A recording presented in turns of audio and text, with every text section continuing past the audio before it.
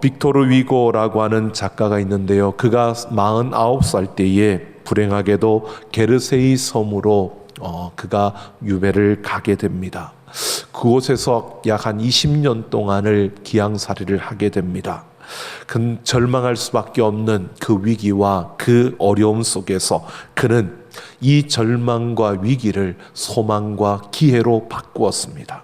그래서 거기에서 그는 20년 동안 있는 그 가운데 세계적인 불후의 명작인 레미제라블을 그가 썼던 것입니다. 게르세이 섬의 기양살이 어떻게 보면 그의 인생을 통째로 앗아가는 그러한 위기였고 또 고통이었고 아픔이었는데 그는 그 위기를 명작을 남길 수 있는, 명작을 쓸 수 있는 기회로 바꾸었던 것입니다. 여러분, No cross, no crown, 십자가 없이 또 그 영광은 없다라고 하는 것을 보게 됩니다. 우리는 무엇이든지 쉽게 얻으려고 생각을 합니다. 하지만 여러분, 세상에서도요, 가치 있는 것들은 그냥 쉽게 얻어지는 것이 아닙니다. 그 가치만큼 우리는 많은 노력과 그리고 시간과 그 정성이 들어가는 것을 보게 됩니다. 여러분, 그런 것처럼 인류의 최고의 가치인 복음, 그리스도의 복음도 마찬가지입니다. 이 복음이 전하여지는데 그냥 쉽게 전하여지는 것이 아니라 끊임없는 고난과 위기와 위험 속에서 이 복음이 전하여졌습니다. 이 복음의 통로가 되어 복음을 전하는 수많은 이들, 특히 바울은요, 이 복음을 전하기 위해서 끊임없는 고통과 아픔과 그 어려움 속에서 그 모든 것을 감당하며 복음을 전하고 교회를 세우고 또 그렇게 많은 생명들을 구원했습니다. 그렇게 세운 교회 중에 하나가 바로 고린도 교회였습니다. 그런 고린도 교회로부터 사도직을 의심받는 그런 상황 속에서 바울은 내가 새 언약의 그 영광을 위해 부름받은 사도, 그 직분을 받은 자라고 그가 자신을 소개하면서, 지난 시간에 우리가 살펴보았지만 그 직분을 감당하는 그 걸음은 바로 성령 안에서 자유와 영광의 그 변화를 이루어가는 걸음이라고 소개했습니다. 그러면서 오늘 바울은요, 우리에게 무엇을 말하느냐 하면 그 자유와 영광의 변화를 향하여 나아가는 그 걸음 속에 고난이 주어진다 할지라도, 어떤 위험이 주어진다 할지라도 그것마저도 감당하며 그 길을 걸을 것을 그가 말하고 있습니다. 오늘 이 말씀을 통해서 바울이 고난까지도 감수하면서 그 새 언약의 직분을 감당하려고 하는 그 이유가 무엇이고 또 그렇게 나아가는 그 걸음을 보면서 오늘 우리는 이 시대 속에서 그 길을 따라가려면 우리는 어떻게 해야 될 것인가를 함께 생각해 보려고 합니다. 오늘 1절을 보면 바울은 이 직분을 받아 긍휼하심을 입은 대로 낙심하지 않는다라고 말하고 있습니다. 여기에서 낙심하다라고 하는 것은 헬라어 엔카케오라고 해서요, 합당한 목표를 달성하는 데 필요한 동기를 잃어버린 그 상태를 낙심한 것으로 말하고 있습니다. 그러니까 바울은 이 직분을 감당하는데 낙심하지 않는다라고 하는 것은요, 많은 대적자들의 비난이 있지만 내가 그 비난 때문에 흔들리지 아니하고 하나님의 긍휼을 입은 이 새 언약의 직분을 받은 자로서 자신은 그 새 언약을 위해서 자신이 기쁨으로 그 모든 것을 감당하는, 최선을 다해 온 힘을 다해서 그 직분을 감당한다는 것입니다. 그러니까 자신에게 쏟아지는 그 비난이 내가 이 직분을 지켜야 되는 새 언약의 그 영광을 내가 빼앗길 만큼, 그 동기를 잃어버릴 만큼 내가 흔들리지 아니하고 온 힘을 다해서 이 직분을 감당한다는 것입니다. 그래서 2절을 보면 바울은 자신이 어떻게 이 새 언약의 직분을 감당했는지를 그가 밝히고 있습니다. 이 직분을 감당하면서 숨은 부끄러움의 일을 버렸다라고 합니다. 여러분, 일반적으로 사람들은요, 죄를 짓고 난 뒤에 입을 다물고 숨기면 모든 허물과 죄를 덮어버릴 수 있다라고 생각을 해서 죄를 그냥 보고도 못 본 채 하고 지나치고 또 그것을 아닌 것처럼 덮어버리고 그냥 지나치려고 한다는 것입니다. 하지만 그렇게 한다고 해서 죄의 문제를 해결할 수 있는 게 아닙니다. 어느 순간인가 덮어놓았던 그 죄의 문제가 또다시 드러나게 되어지는 겁니다. 그래서 바울은 그들의 죄를 못 본 채 한 것이 아니라 하나님의 말씀의 빛으로 그 안에 비추어서 그 죄의 문제를 근본적으로 해결하며 하나님의 말씀으로 그들을 치료받게 하는, 그 말씀으로 죄의 문제를 완전히 해결하게 하는 이러한 모습으로 그 새 언약의 직분을 감당했고요. 또 속임으로 행하지 아니하며 하나님의 말씀을 혼잡하게 하지 아니했다라고 합니다. 여기서 속임은 교묘한 술책을 의미하는 것이고, 혼잡하게 하다는 것은 거짓으로 호리는 것을 말하는 것입니다. 즉 바울은 미끼로 사람들을 호리는 교묘한 그 방식으로 하나님의 말씀을 전하지 않았다는 것입니다. 오히려 어떻게 했느냐? 진리를 나타냈다는 것입니다. 즉 공개적으로 진리를 선포하는 이 방식으로 자신의 그 직분을 수행했음을 말하고 있습니다. 이렇게 바울이 공개적으로 진리를 선포하며 그들의 죄를 그냥 덮어주고 허물을 그냥 못 본 채 한 것이 아니라 하나님의 말씀으로 치유하고 그들을 온전히 회복시키는 이런 그 걸음을 걸었는데, 오늘 3절을 보면 만일 우리의 복음이 가리었으면 망하는 자들에게 가리어진 것이라 라고 말합니다. 이렇게 바울이 복음을 전했는데도요, 이 복음을 받아들이지 못하는, 이 복음의 영광을 보지 못하는 망하는 자들이 있었다는 것입니다.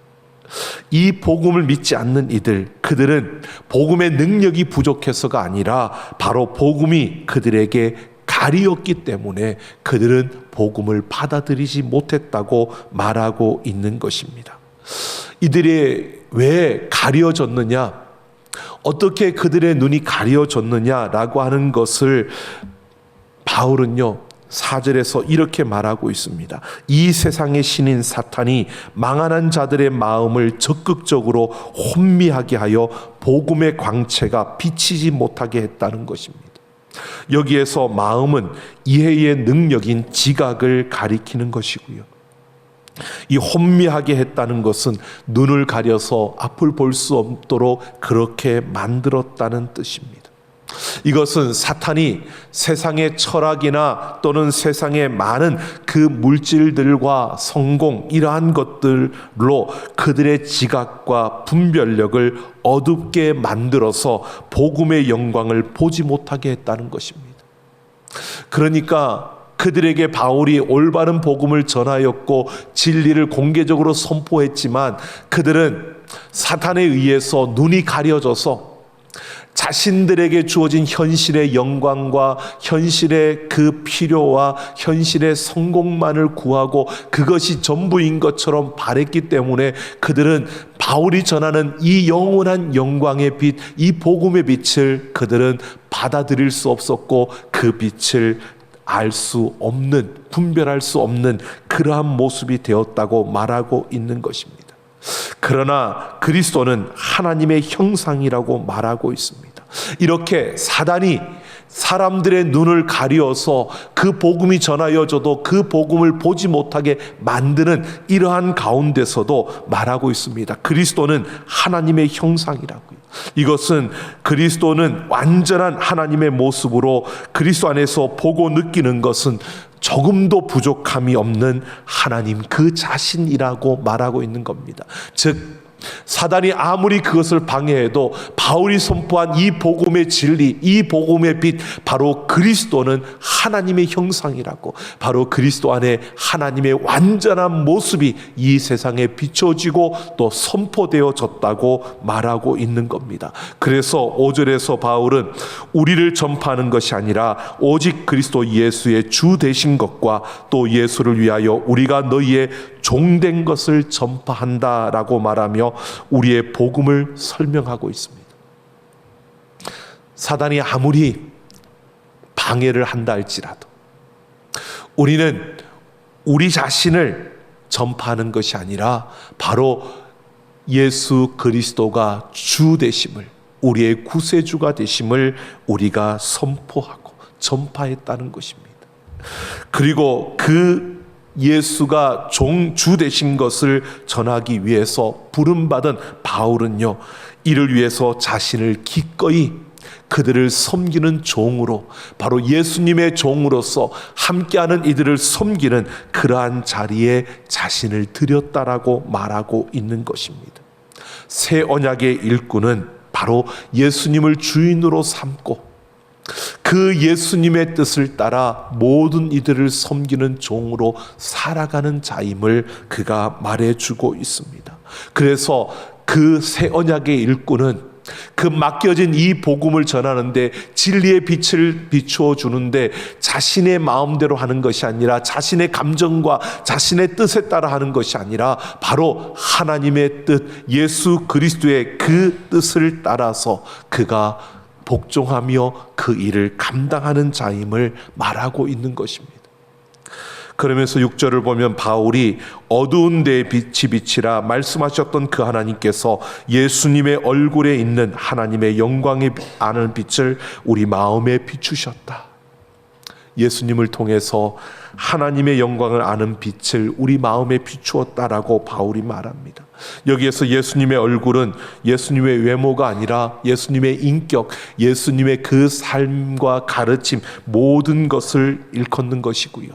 또 하나님의 영광은 구원을 가리키는 것으로 예수님의 얼굴에 하나님의 영광이 있다라고 하는 것은 예수님에게서 하나님의 구원이 실현되었다는 것입니다.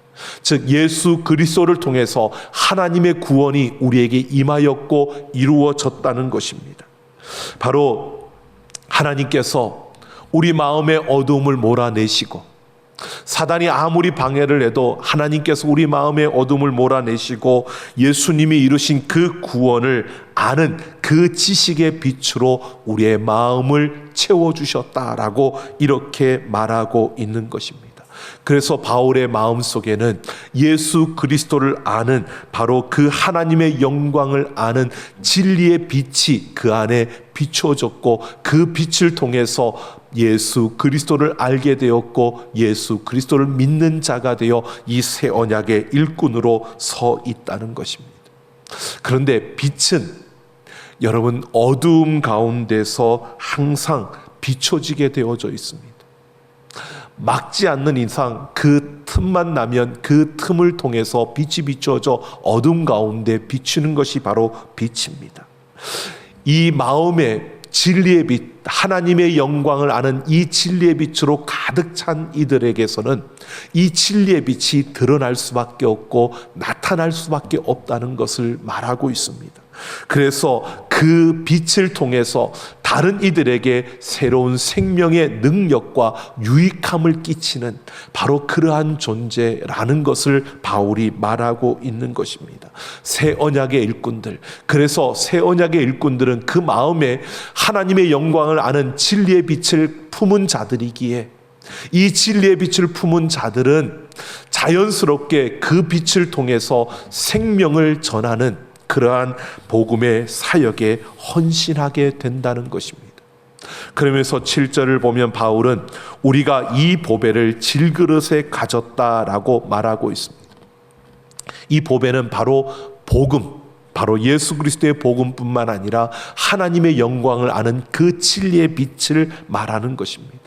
이 보배를 담은 질그릇은 진흙으로 빚어서 구운 그릇으로 비싸지도 않을 뿐만 아니라 쉽게 깨어지는 그릇, 그래서 그릇 그 자체로서는 아무런 가치가 없는, 그렇게 큰 가치가 있는 것이 아닌 그러한 존재이지만 그 그릇에 담긴 보배, 바로 하나님의 영광을 아는 이 진리의 빛, 이것이 바로 보배라는 것을 바울이 말하고 있는 겁니다. 새 언약의 일꾼인 우리들에게 하나님이 진리의 빛을 비추어 주셨습니다. 그래서 우리는 이 하나님의 영광을 아는 진리의 빛을 품은 그런 질그릇이라는 존재라고, 질그릇과 같은 존재로 되었음을 말하고 있는 것입니다. 여기서 바울이 말하는 것은요, 우리 안에 이 빛이 있는데 이 빛을 통해서 생명의 역사가 나타나고 생명의 유익함이 전하여지는데 이것을 보면서 그릇인 내가 뭔가를 했다라고 착각해서는 안 된다는 것입니다. 그릇이 아니라 그 안에 있는 진리의 빛이 비춰지는 것이기에 내가 하는 것이 아니라 하나님이 나를 통해서 하신다는 것입니다. 그래서 생명의 능력과 생명의 그 유익함은 내가 하는 것이 아니라 하나님께서 나를 통해서 그 빛을 비춤으로 나와 함께하는 이들에게 이 생명의 능력과 유익함이 전하여지게 한다는 것입니다. 그래서 이 복음의 사역, 새 언약의 일꾼으로서 우리가 이 복음의 빛을 비추는 그 생명의 능력과 역사를 이루는 이 사역은 질그릇인 우리가 아니라 하나님이 하시는다는 것입니다. 그 복음, 그 영광, 하나님의 영광을 아는 진리의 빛이 바로 그 생명의 역사를 이룬다는 것입니다. 그래서 우리는 이 빛을 품고 있기 때문에 우리가 하는 것이 아니라 하나님이 우리를 통해서 하시기에 그 하나님께 우리의 모든 것을 드리며 나아가는 우리의 걸음을 말하는 것입니다. 그러면서 8절 9절을 보면 이 복음을 전하기 위해서 바울은 사방으로 우겨쌈을 당하고 답답한 일을 당하며 박해를 받고 거꾸로 뜨림을 당한다고 말합니다. 여기에서 말하는 이 단어들은요, 이런 의미를 가지고 있습니다. 레슬링 경기에서 상대방이 그를 번쩍 들어가지고 바닥에 내팽개 치는 이러한 동작을 말하고 있는 겁니다. 그러니까 이렇게 내팽개 쳐지는, 그래서 나둥그러지는 그러한 아픔, 그러한 고통, 그런 아무런 힘을 쓸 수 없는 그런 위기 속에 빠진다 할지라도 바울이 말하고 있습니다. 그런 상황을 말하면, 그런 상황이 되면 사람들은 다 두려워하고 모두가 그것에 무너지고 말지만 바울은 쌓이지 아니하고 낙심하지 아니하고 버림받지 아니하고 무너지지 않는다고 말합니다. 질그릇과 같은 존재인데 그렇게 번쩍 들어서 내팽개 쳐지는 그러한 순간에 깨뜨려질 수밖에 없고 그 고통 속에 아픔과 두려울 수밖에 없는데, 그런데 바울은 그렇지 않다고 말합니다. 왜? 나를 통해서 생명의 역사를 이루시는 그 하나님께서 이 고난을 이기는 능력을 우리에게 부어주시고 이 고난 속에서도 빛을 발하게 하셔서 생명의 능력과 그 유익함을 이룬다는 것입니다. 그러니까 이 빛으로 인하여서 우리가 살리는 것도 내가 아니라 하나님이 나를 통해서 하시는 것처럼, 우리가 그 빛을 비추는 자리에서 고난을 받고 어려움을 당할 때도 이 빛을 비추게 하시는 하나님께서 이 고난과 그 아픔을 이겨내게 하시기 때문에 두려워하지 말고 그 하나님이 나를 이기게 하심을 바라볼 수 있어야 한다는 것입니다. 그러면서 10절에서 바울은 복음을 전하기 위해서 자신의 몸에 예수의 죽음을 짊어진다라고 말하고 있습니다. 여기에서 예수의 죽음은 헬라어로 네크로시스라고 하는데요, 이 예수의 죽음은 완전한 죽은 상태를 말하는 게 아니라 이 단어는 죽어가는 상태를 말하는 것입니다. 그럼 바울이 예수의 죽음을 짊어진다라고 하는 것은요, 매일 예수님과의 관계 속에서 내가 죽어가고 있다라고 이렇게 말하고 있는 겁니다. 내가 죽었다라고 하는 게 아니고 예수님과 함께하는 그 관계 속에서 내가 매일매일 죽어가고 있다는 뜻입니다. 이것은 예수님의 생명을 그의 몸에 나타내기 위함이다라고 오늘 말씀하고 있습니다. 바울은 예수님과 함께 죽음으로써 예수님 부활의 그 능력을 매일 그를 일으키고 지탱하는 그 능력을 경험하고 있다라고 말하고 있는 겁니다. 즉 바울은요, 지금 이렇게 말하고 있는 겁니다. 질그릇과 같은 자신에게 하나님의 영광을 아는 진리의 빛이 임하였고, 그래서 그 빛을 비추는데 내가 질그릇과 같은 존재이기 때문에 때로는 고통과 아픔이 주어질 때 두려워할 수밖에 없고 무서워할 수밖에 없지만 그 모든 것 또한 하나님이 하시기에 하나님이 고난을 이겨낼 수 있는 힘을 주신다는 겁니다.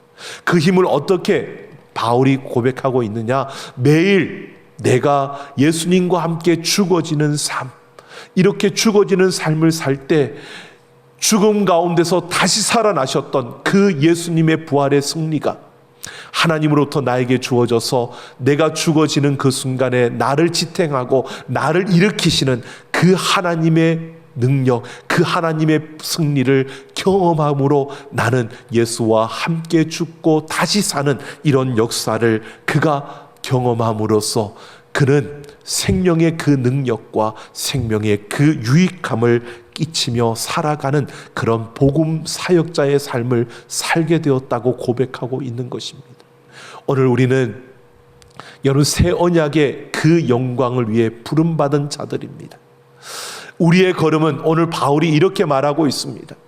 우리의 모습은 질그릇처럼 투박하기도 하고 그렇게 큰 가치를 가질 수 없는 존재일 수도 있습니다. 그런데 우리 안에는 그 어떤 것보다도 귀한 그 하나님의 영광을 아는 진리의 빛이 우리에게 있다는 것입니다. 하나님은 우리를 통해서 이 빛을 비추어서 나와 함께하는 이들에게 생명의 능력과 유익함을 끼치며 우리를 통해서 그들을 살려내려고 우리를 사용하시는데 그 걸음 속에는 때로는 고난이 찾아오고 아픔도 어려움도 주어진다는 겁니다. 하지만 하나님께서 그 고난을 이겨내게 하신다는 겁니다. 그래서 우리는 매일매일 예수님과 함께 죽어지는 삶, 그 삶 속에서 나를 지탱하고 나를 일으키시는 하나님의 그 부활의 능력을 경험하면서 우리는 매일매일 그 생명의 능력과 유익함을 이루며 살아가는 자들임을 말해주고 있습니다. 여러분, 우리는 매일매일 예수님과 함께 죽어가며 그 가운데서 나를 살리시는 하나님의 능력을 경험하고 내게 있는 예수 그리스도의 그 생명이 다른 이들을 살려내는 이 생명의 능력과 그 유익을 이루어가는 걸음들이 되기를 예수님의 이름으로 축원합니다. 시편 119편 71절을 보면 고난당한 것이 내게 유익이라 이로 말미암아 내가 주의 율례들을 배우게 되었다라고 고백합니다. 고난과 장애물 우리에게 주어질 때 여러분 그것은 위기와 아픔이 아니라 하나님이 내게 주신 기회로 활용해야 한다는 것을 말하고 있습니다. 여러분 고난과 장애물이 우리 앞을 가로막을 때 어떻게 대처하느냐에 따라서 그것이 우리에게 거침돌이 될 수도 있고요, 디딤돌이 될 수도 있습니다. 우리에게 찾아온 위기를 우리는 거침돌이 아니라 우리의 디딤돌로 삼아서 우리가 하나님께로 더 가까이 나아가고 하나님과 더 친밀해지고 하나님을 더 깊이 알아가는 그런 자리로 나아가서 그 하나님을 기뻐하며 그 하나님의 생명과 그 능력을 나타내는 우리의 걸음이 되어져야 한다는 것입니다. 여러분, 우리는 예수 그리스도와 함께 죽고 또 예수 그리스도와 함께 다시 사는 매일매일 그 삶을 반복하며 그 가운데서 우리에게 행하시는 하나님의 그 놀라운 은혜와 능력을 맛보며 하나님과 함께 나아가는 예수 그리스도의 그 진리의 빛을 비추면서 생명의 그 통로가 되어 살아가는 우리 모두가 되기를 예수님의 이름으로 축원합니다. 유토피아라고 하는 책을 지었던 토마스 모어가 교수형을 당할 때 그 사형 집행관이 그에게 마지막 소원이 무엇인지 말하라고 합니다. 그때 그는 이렇게 말합니다. 성경에서 보면 스데반이 죽을 때에도 사울은 이를 합당히 여기고 죽이는 일에 가담했습니다. 그런데도 스데반은 끝까지 천사의 얼굴을 하고 죽이는 자를 위해서 기도하고 하나님 앞에 간절히 용서를 구했습니다. 마침내 그 사울이 변하여 바울이 되었고 그도 순교하게 되었습니다. 나는 믿습니다. 하나님 나라에서 같은 순교자끼리 만나 친구가 되고 영원한 기쁨과 행복을 누릴 것을 믿습니다. 나는 믿습니다. 스데반과 바울이 만나서 그 하나님 앞에서 그 영원한 기쁨과 행복을 같이 누렸다는 것을 믿습니다. 오늘 내가 당신들의 손에 죽지만 언젠가 당신들도 회개하여 주님 앞에서 나와 친구로 만나 영원한 기쁨과 행복을 누릴 것을 믿고 기도합니다. 여러분, 하나님의 나라를 꿈꾸는 사람들, 여러분, 어떤 하나님의 나라를 꿈꾸고 있습니까? 큰 집에, 으리으리한 집에서 여러분 그런 천국 꿈꾸고 있습니까? 내려놓으십시오. 우리가 꿈꿔야 할 천국은요, 나를 아프게 했지만, 나를 고통스럽게 했지만, 그러나 내가 그를 위해 기도하고 내가 그에게 비춰줬던 그 진리의 빛으로 언젠가 그가 돌이켜서 하나님의 자녀가 되어 우리 같이 천국에서 만나 영원한 기쁨과 영원한 행복을 같이 누릴 수 있는, 여러분, 그런 천국, 그런 하나님의 나라를 꿈꿔야 되지 않겠습니까? 오늘 우리는 새 언약의 영광의 빛을 가진 자들입니다. 여러분, 우리가 이 복음의 통로가 되어서 이 땅에 생명의 능력과 유익을 끼쳐가야 합니다. 어려움이 찾아올 수 있습니다. 복음의 빛을 비추는데. 그런데 여러분, 생각해 보십시오. 많은 경우에 그리스도인들이 내가 복음을 위해서 고난을 받는다고 말하는데, 여러분, 그렇지 않은 경우들이 더 많습니다. 복음을 전하지 않는다는 게 아닙니다. 근데 복음을 전하면서 아주 무례하게 전합니다. 처음 보는 사람인데도 반말을 찍찍하고요. 교회에서 가끔씩 제가 토요일 오후 늦게 이렇게 있으면 전화를 받다 보면, 전화를 하시는 분들이 분명히 교인들일 것 같은데 아주 반말로 그렇게 전화를 하는 분들도 있어요. 전화를 받는 사람이 누군지도 모르고, 담임 목사가 아니고 다른 사람이 받더라도요, 여러분, 우리가 생각해야 되는 거죠. 우리는 아름다운 복음을 가졌는데, 하나님의 영광을 아는 진리의 빛을 가졌는데, 이 빛을 가진 우리들이 이 빛을 전한다고 하면서 반말로 또는 때로는 아주 무례하게 다른 사람들의 인격을 짓밟으며 함부로, 여러분, 그것은 진리의 빛을 비추는 게 아니고요, 우리의 잘못된 그 무례함 때문에 우리가 욕을 먹고 또 그들에게 아픔을 주고 상처를 주는, 이것은 복음을 위한 게 아닙니다. 우리의 무지함 때문에, 우리의 어리석음 때문에 당하는 아픔인 거죠.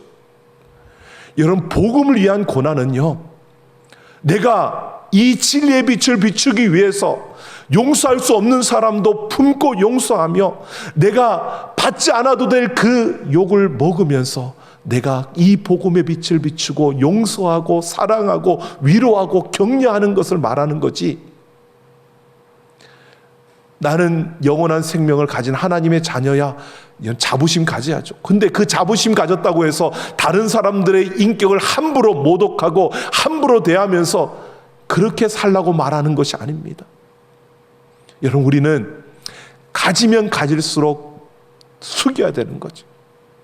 내게 이 진리의 빛이 있기 때문에, 우리는 내가 하나님으로부터 그 사랑을 받았기 때문에 더 많은 사람들을 사랑하고 품어줄 수 있어야 되고요, 더 많은 이들을 우리가 감싸줄 수 있어야 되고요, 더 많은 이들을 우리가 용서하고 위로하고 격려하며 우리는 그들에게 힘을 주는 이러한 삶을 살아가야 하는 것입니다.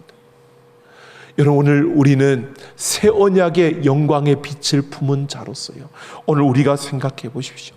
매일 예수님과 함께 죽어지고 그 가운데서 부활의 승리를 경험하는 삶, 여러분, 그것은 예수님께서 나를 위해서 십자가에서 죽어주시는 그 은혜와 그 사랑을 아는 자로 우리가 살아가야 한다는 겁니다.